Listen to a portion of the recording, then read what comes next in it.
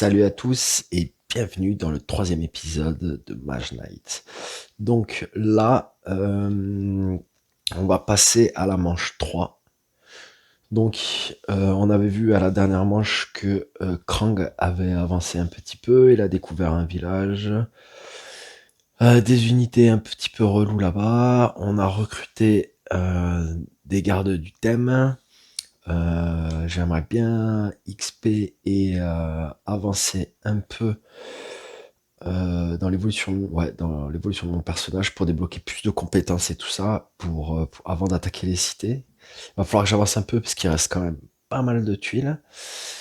Et on va arriver donc au deuxième jour. Donc on va tout mettre en place. Donc ce qu'on va faire en premier, c'est qu'on va retirer les 2 cartes tactiques de nuit qu'on va défausser. Hop. On va mettre le petit carton sur jour. On va jeter nos 3 dés. Donc, ça sera du bleu, du vert et un jaune qui nous permet de choisir la couleur. Donc, c'est pas trop mal. Ensuite, on va mélanger le deck de Krang. Hop. Mettre les cartes à l'endroit, toutes dans le même sens.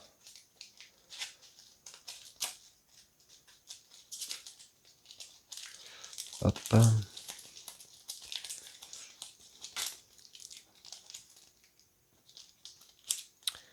Ça glisse avec les sleeves. Ok, nous on est prêts. Il nous reste un petit cristal vert dans notre inventaire. On va passer au joueur fantôme. Alors le joueur fantôme, c'est comme tout à l'heure, il prend la dernière carte des cartes action et il prend la dernière carte magie. Donc il y a du rouge, donc il va récupérer dans son inventaire un cristal rouge. Donc il faut éviter de tomber sur du rouge parce que sinon il va tirer 3 cartes. On les met dans sa petite pile. On va lui mélanger le deck également.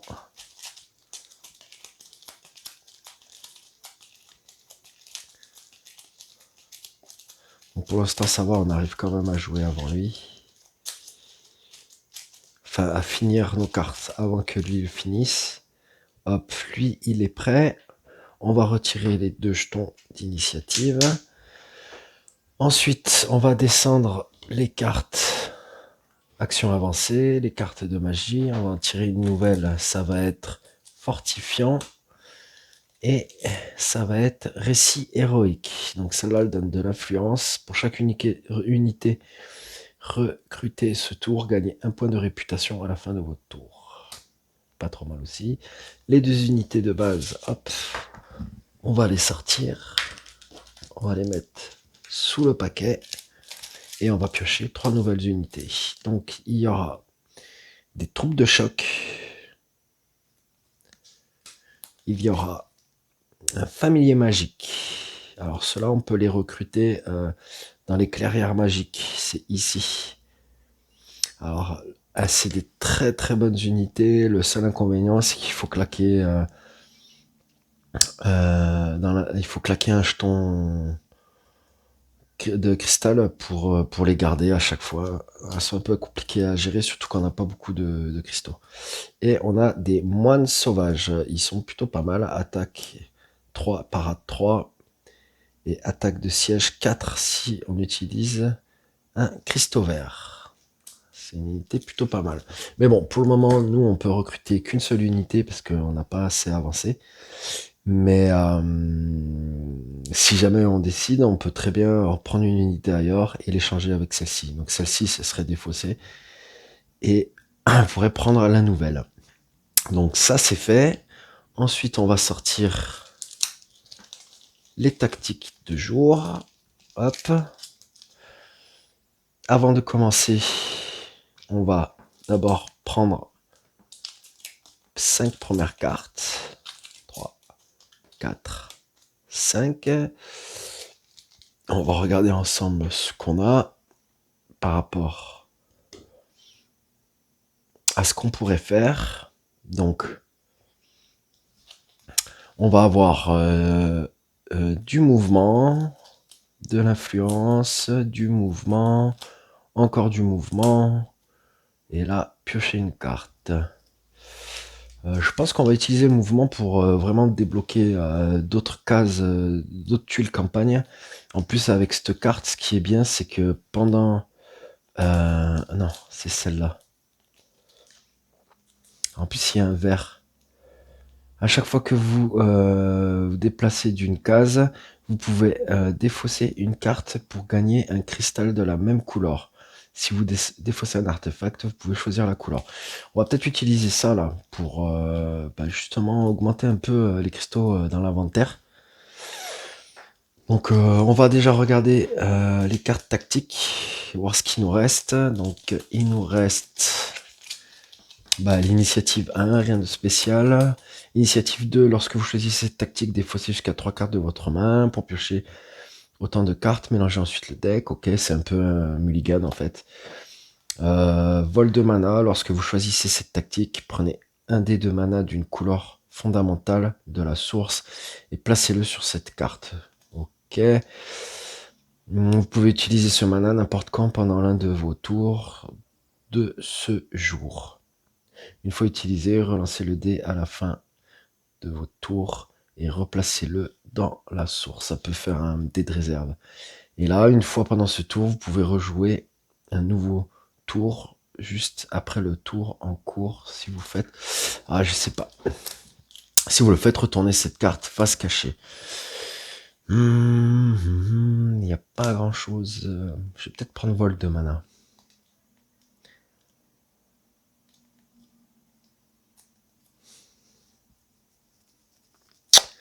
Je vais peut-être prendre vol de mana.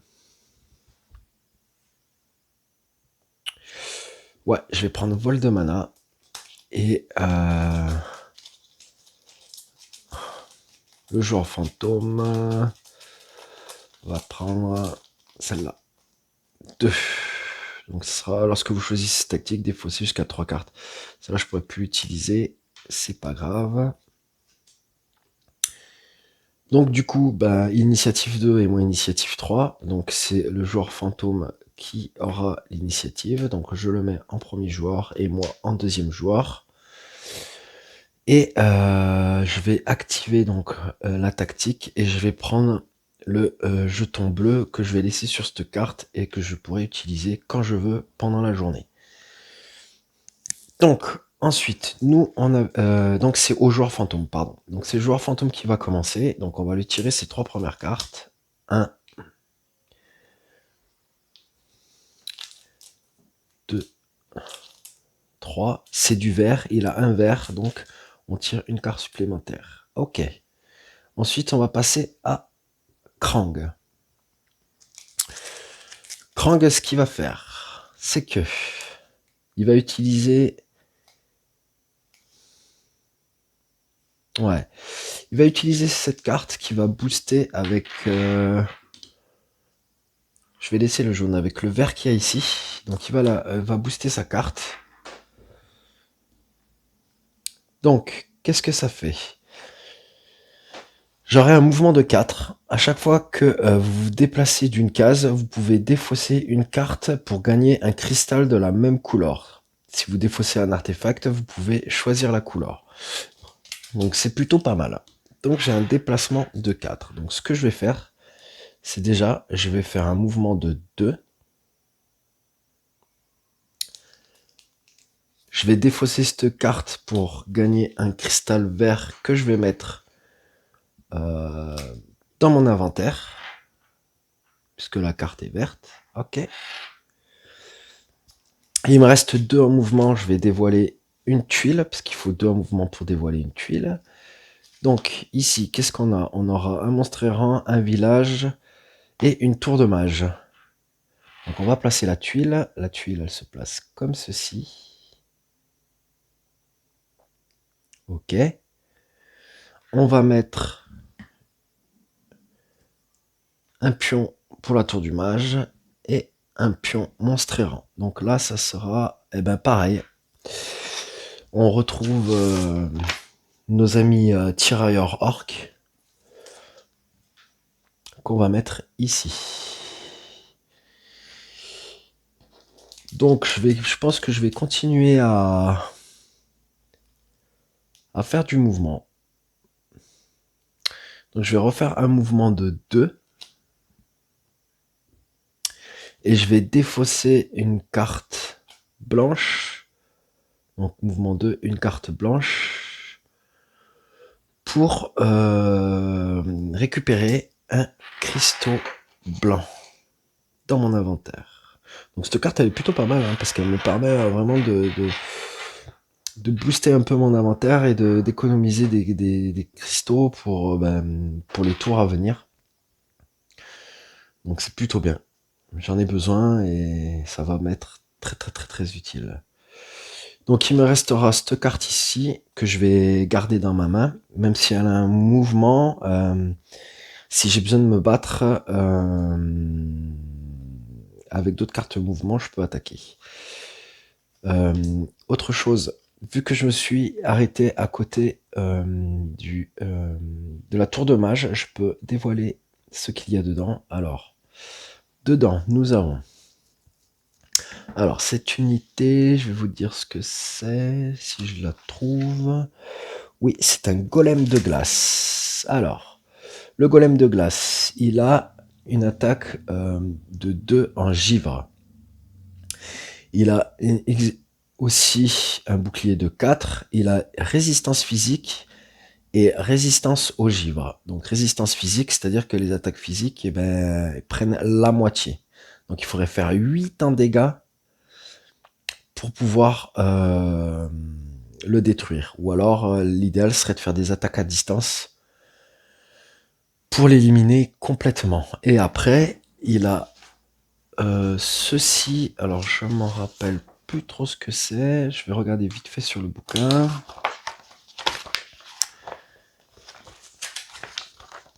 Alors, ça c'est pas bon ça.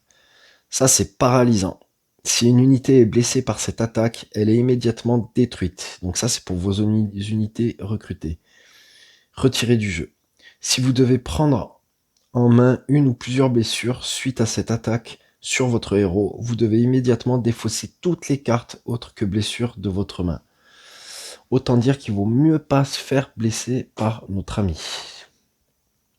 Donc les attaques de glace, donc seules les parades de feu ou de feu glacé sont efficaces pour les bloquer. Sinon, les autres parades sont réduites de moitié. C'est-à-dire qu'il faudrait une parade de 4 pour bloquer son attaque de glace. Ok, très bien.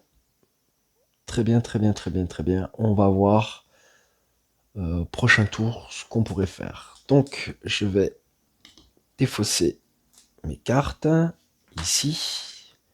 Je vais garder cette carte en main. Je vais piocher 1, 2, 3, 4 cartes. Je vais relancer le dé. Donc c'est un dé vert que je remets à la source. Ok, nickel. Et ensuite, on va passer au joueur fantôme. Donc le joueur fantôme. Première carte. Deuxième. Troisième, c'est du vert. Il y a un cristaux vert. Il pioche une carte supplémentaire. Tac. Ok, très bien. On va repasser à Krang. Donc avec Krang, on va regarder ce qu'on a et voir les possibilités. Donc là, j'ai un cristaux blanc que j'ai bien fait de garder. Donc si je le booste, pendant le combat de ce tour, vous pouvez dépenser des points de mouvement. 1 pour gagner attaque 1 et ou 2 pour gagner attaque à distance. Donc lui déjà il est sur une case désert. Il me faut déjà 5 en mouvement pour y aller. 5 en mouvement pour y aller.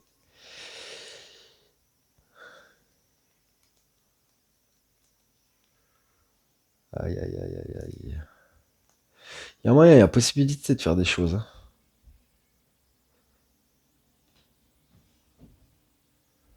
Là, je peux claquer un verre pour avoir plus de en mouvement.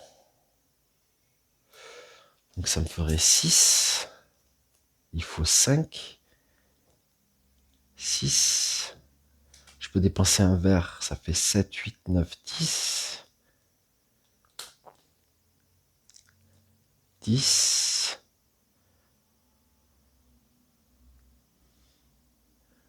Et si je dépense celui-là, ça me fait plus 5 en défaussant celle-là. 10, ça fait 15. 15, sachant que là, pour 2 de mouvement, donc ça ferait, ouais, ça ferait 5 dégâts. Et je pourrais l'éliminer en utilisant toutes mes cartes. On va faire ça. On va faire comme ça. On va faire comme ça. Donc, je vais jouer 7 cartes que je vais booster avec un cristaux que j'ai dans mes inventaires, qui fait que lorsque vous activez cet effet, en même temps, j'active une autre carte qui sera automatiquement boostée, gratuitement. Et elle rajoute 2 points supplémentaires, que ce soit en influence, en mouvement, en parade ou en attaque. Donc, celle-là, elle va être boostée. Donc, du coup, j'ai mouvement 4 plus cette carte, ça fait mouvement 6. Ici, il me faut 5 pour venir là, il me reste 1. Donc, il me reste plus que 1 en mouvement. Ici, je vais utiliser un autre cristal vert de mon inventaire pour faire un mouvement 4. Il y a peut-être moyen que je fasse pas ça. Parce que là, j'aurai 5, 6, 7, 8. Ça suffirait. Non, j'ai pas utilisé un cristal vert. Donc, il me restait un de mouvement plus celui-là. Ça fait 3 de mouvement. Pour celui-là, je vais utiliser le cristal jaune qu'on peut choisir la couleur. Donc, ça sera un rouge pour pouvoir booster cette carte. Alors, pour ceci, il faut que je défausse une autre carte. Donc, tant pis, je vais défausser celle-là.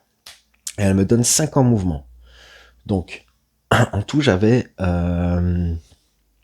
6, 7, 8, 8 et 5, 13. J'ai utilisé 5 mouvements pour me déplacer là. Il me reste donc 8 mouvements. Et la carte qui est ici me dit que je peux dépenser des points de mouvement soit pour un point de mouvement, je gagne 1 en attaque. Ah, mais non, je peux pas faire ça. Parce que j'ai oublié qu'ils étaient fortifiés. Faut que je regarde la carte, voir s'ils sont fortifiés dans les monastères. Mais s'ils sont fortifiés, en fait, il faut pas que je fasse ça. Et oui, le défenseur est fortifié. Donc c'est plutôt pas génial. Mon plan, il tombe à l'eau. Donc, on va remettre celui-là en jaune. On va récupérer mon truc vert et on va réfléchir à ce que je peux faire vraiment. Est-ce que j'ai parade 5? Ça suffirait. Et après, on attaque.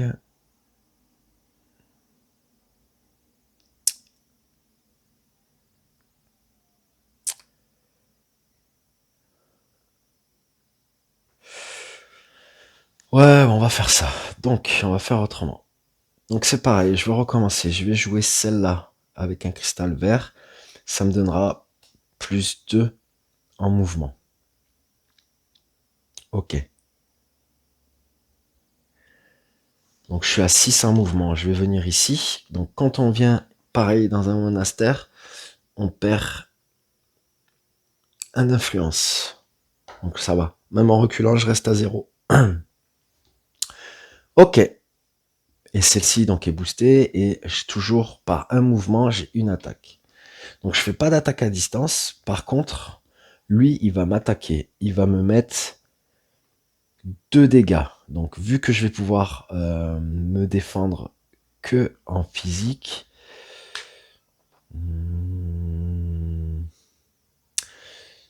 je vais utiliser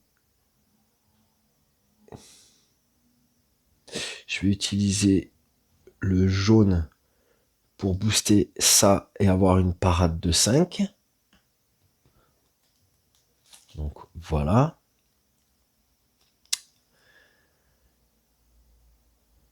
Ah mais là il faut que je mette 8 en attaque, donc ça fait 5.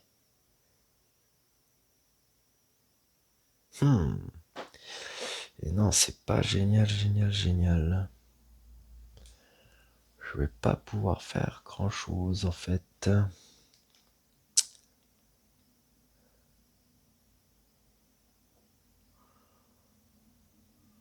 Parade 4.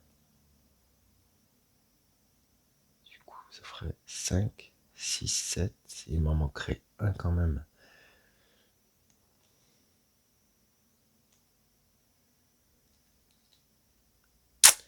Ah là là là là là là. Je peux pas vraiment faire ce que j'ai envie de faire. Parce que il va me manquer des cartes. Toujours il me manque une carte pour m'arranger, mais pourtant j'ai du diamant, mais ça suffit pas. Après mouvement 4, ça ferait 4 en attaque. Puis celle-là, ça ferait 5.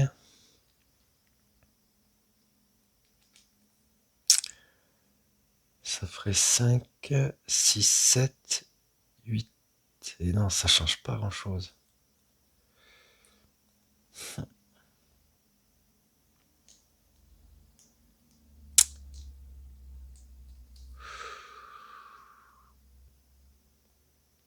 Mouvement 3.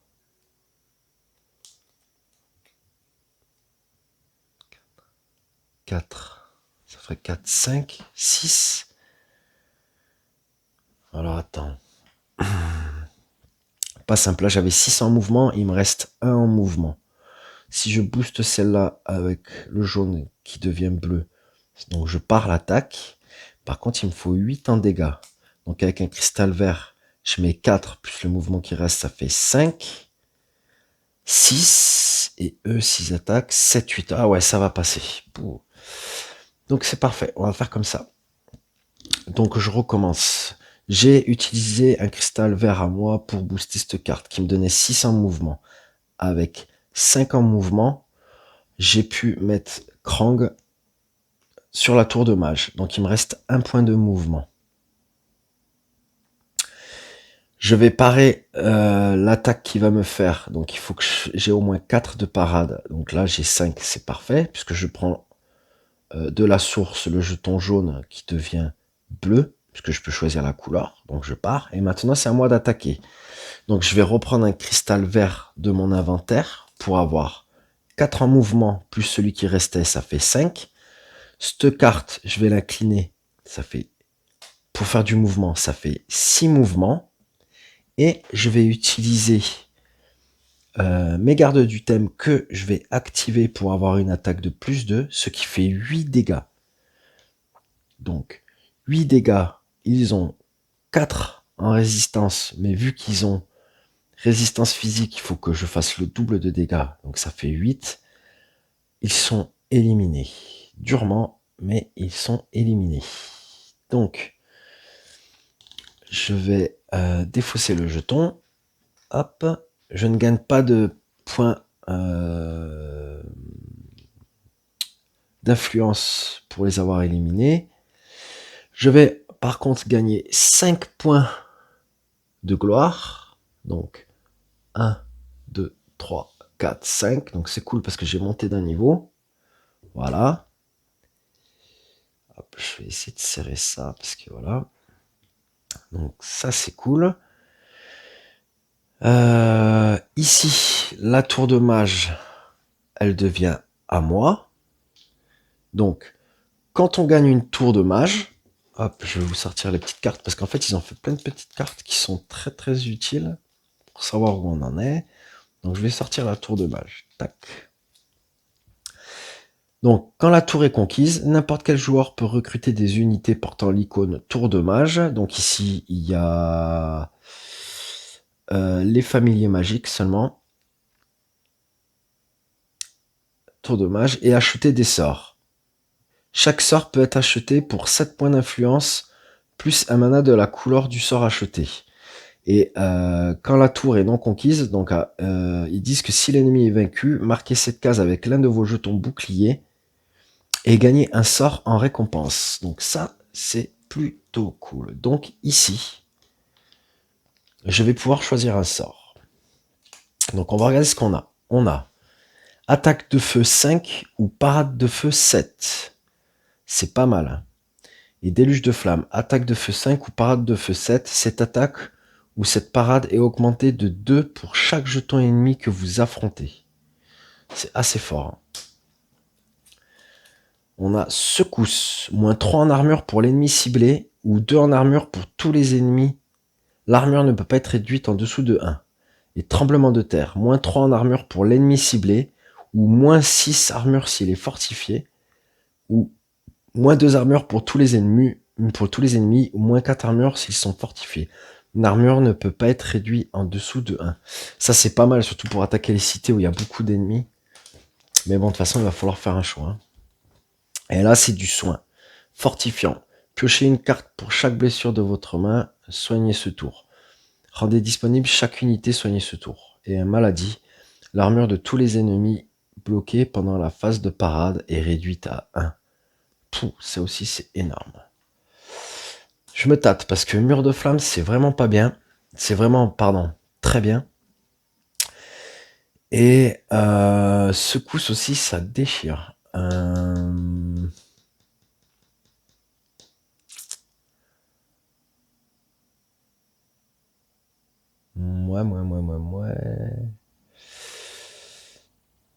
Ah, je vais prendre secousse parce que je vais en avoir besoin pour quand je vais attaquer les cités. Donc je vais prendre secousse. Tac.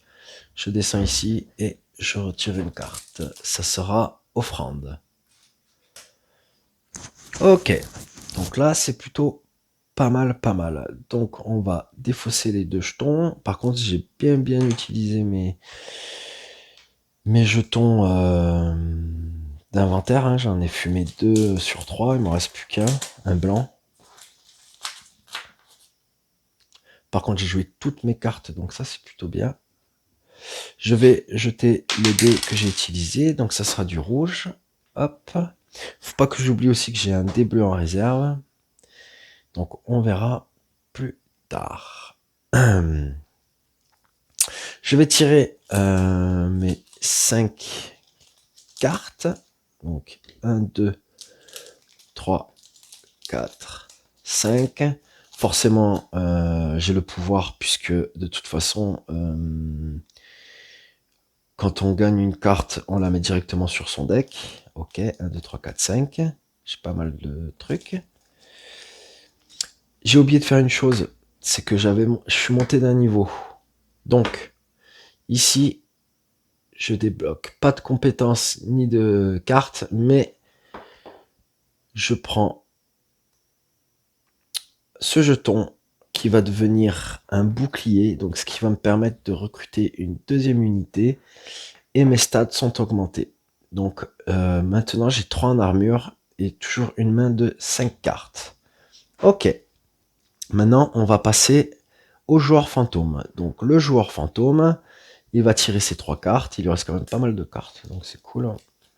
2, 3, il a du rouge, ouh, 3 cartes. Bah, là il a pris un petit coup de speed. 2 et 3. Ok, très bien. On va passer à ma phase. Donc, on va voir ce que j'ai. Parce que ici, on peut constater que j'ai des ennemis. Mais il me faudrait 2 parades. Et dans mes cartes ici, j'ai du mouvement. Donc là, j'ai de la parade. Ah, j'ai de l'attaque à distance.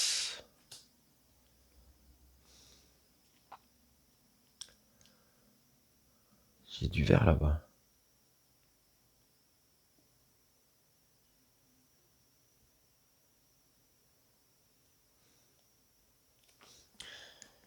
Ah, je peux l'utiliser. Je peux l'utiliser et après, je fais une attaque à distance. Ça pourrait être pas mal. Hein. Ça pourrait être pas mal. Donc, dans le désert, on a vu qu'il me fallait 5 en déplacement. Ah, j'ai 2 parades, mais après, j'ai plus d'attaque. C'est ça le problème. Après, recruter, ça m'intéresse pas, en tout cas pas là où je suis. Mais je voudrais avancer un peu quand même, donc je vais voir si je peux pas avancer un peu avant de faire quoi que ce soit. Là, j'ai du mouvement 4. Ouais, on va faire ça. Je vais utiliser le jeton que j'avais laissé en réserve sur ma carte, donc le jeton bleu, pour faire un... Ah ouais, mais je suis obligé de... je peux pas. Parce que le problème, c'est que si je me déplace ici, vu que j'étais déjà dans une case adjacente aux ennemis, ça va déclencher forcément une attaque directe. Eux, ils vont m'attaquer. Après, de toute façon, c'est ce que je veux.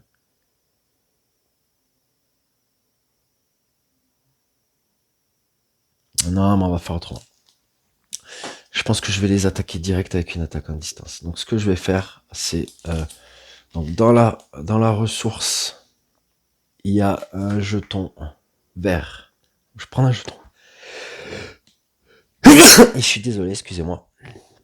Et ben justement, c'est la secousse. Donc, je vais utiliser secousse, qui donne -3 pour l'ennemi ciblé. Donc, eux, ils auront -3. Donc, ils passent à 1 en armure. Ils ne sont pas fortifiés, rien du tout. Donc, je peux utiliser... Donc, dans mon inventaire, il me reste un jeton blanc que je vais utiliser. Voilà. Là, je me suis trompé. Hop. Que je vais utiliser pour jouer cette carte qui me donne une attaque à distance de 3. Du coup, je vais éliminer directement cette unité-là.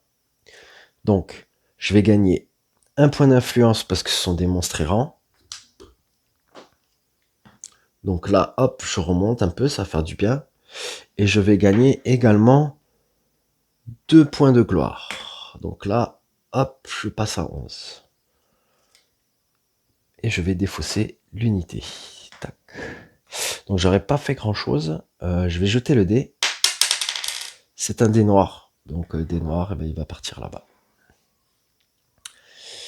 J'aurais pas fait grand chose ce tour-ci, mais c'est toujours un peu de points de gloire récupérés et je vais défausser mes 2 cartes. Et je vais garder les 3 autres que j'avais en main. 1, 2, 3 et je vais en piocher 2 nouvelles. Donc cristallisation et source de mana. Ok. Mon tour est terminé. On va passer au tour du joueur fantôme. Alors, 1, 2, 3. C'est du bleu, il n'y a pas de cristaux bleus, donc tout va bien. Il va jouer que 3 cartes. On va repasser à Krang. Donc Krang, j'ai plusieurs solutions. Soit je recrute, mais là ça m'intéresse pas. Je pourrais éventuellement racheter un sort pour 7 d'influence, mais bon, j'ai pas beaucoup d'influence ici.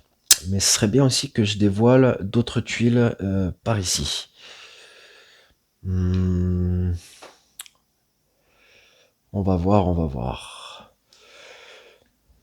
Gagner un cristal de n'importe quelle couleur dans votre inventaire, ça peut être pas mal.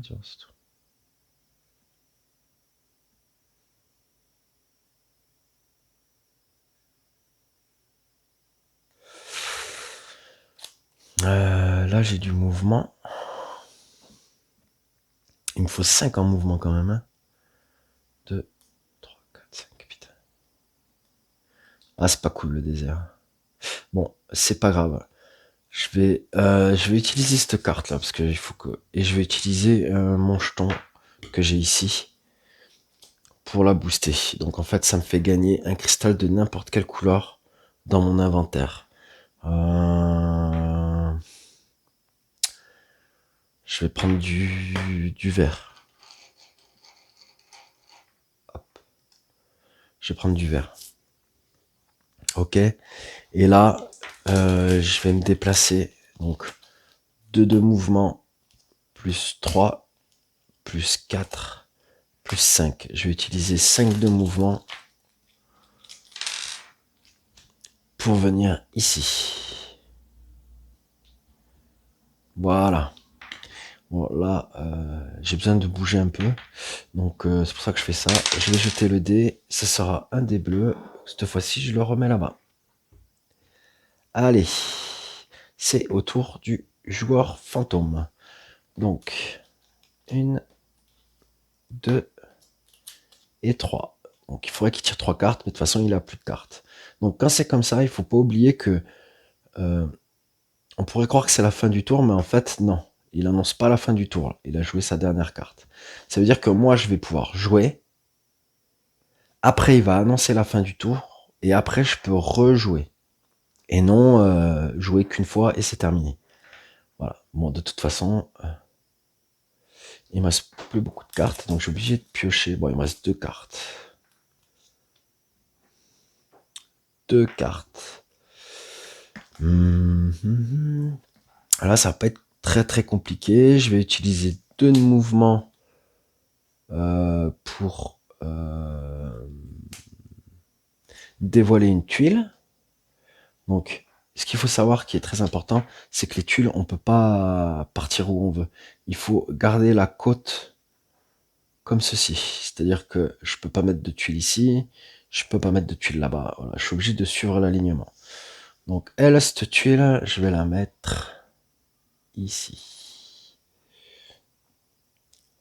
Bam. Je vais décaler un peu, que ça se casse pas la gueule de la table. Ok. Et sur cette tuile, nous avons quoi? Alors, on va voir ensemble. Sur cette tuile, il va y avoir une forteresse, une tour de mage encore. Et ça, je vais vous dire ce que c'est. Parce qu'il y a plusieurs trucs. C'est je crois que c'est le donjon. De toute façon, il n'y a rien d'autre. Hein. Donjon ou... Ouais, c'est le donjon, ça. Ça, c'est un donjon. Donc, dans le donjon, même s'il fait jour que vous rentrez dedans, ce sont les règles de nuit qui s'appliquent à l'intérieur.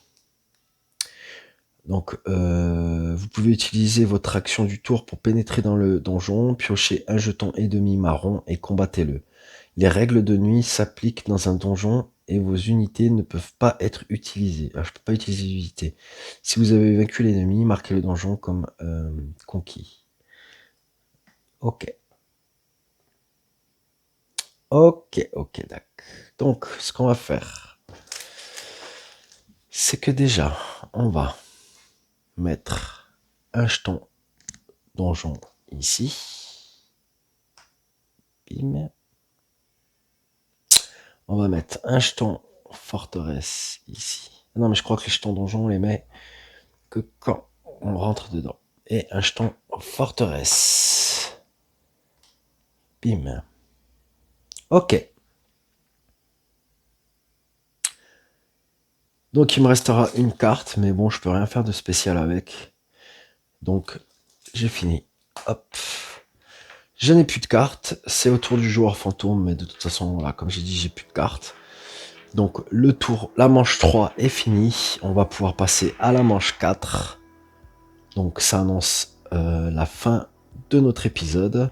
Donc, Croc a quand même pas mal avancé. On a avancé en XP, on a récupéré quelques cartes. En tout cas, les cartes sorts, elles sont très bien, très utiles. C'est important d'en avoir, surtout celles que j'ai eues. Elle tombe à pic. Bon, de toute façon, il va falloir que j'en ai un peu plus. Mais je pense que pour les prochaines étapes, c'est pareil. Hein. Je vais voir si je vais me battre un peu parce qu'il me reste quand même deux nuits et une journée. Il me reste encore 2 tuiles campagne à dévoiler et il y a 4 tuiles royaume. Donc si les 2 cités sont à la fin, en 3 tours, ça fait 2, 4, 6. Ouais, il faut que je m'active un peu, quoi. Donc on va voir comment ça se passe. On va déjà dévoiler la tuile là. On va essayer d'avancer par là pour dévoiler encore l'autre tuile.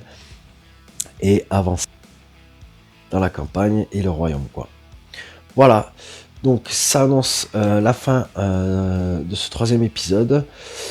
N'hésitez pas à laisser un petit commentaire, un petit like, ça fait toujours plaisir. De vous abonner si c'est pas encore fait.